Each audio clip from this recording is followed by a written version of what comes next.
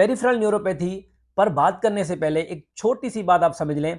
हमारी जिल्द के ऊपर, हमारी हथेलियों के ऊपर और हमारे पाँव के तलवों के ऊपर नजर ना आने वाली छोटी छोटी नसें यानी नर्व्स मौजूद होती हैं, जो कि गर्म और ठंडे के एहसास को महसूस करती हैं। इसीलिए जब आपको पेरिफेरल न्यूरोपैथी होती है तो आपको सेवों का चुभना, आपके पाँव का जलना और उसके साथ साथ पाँव का सुन्न होना महसूस होता है। और ये सब अलामात मोस्टली पाँव से शुरू होती हैं।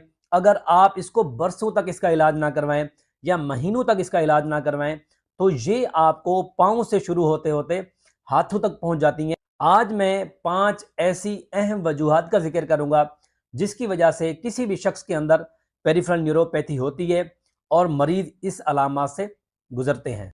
इन अहम वजूहात में सबसे पहले है डायबिटीज मेलिटस यानी शुगर का बढ़ जाना।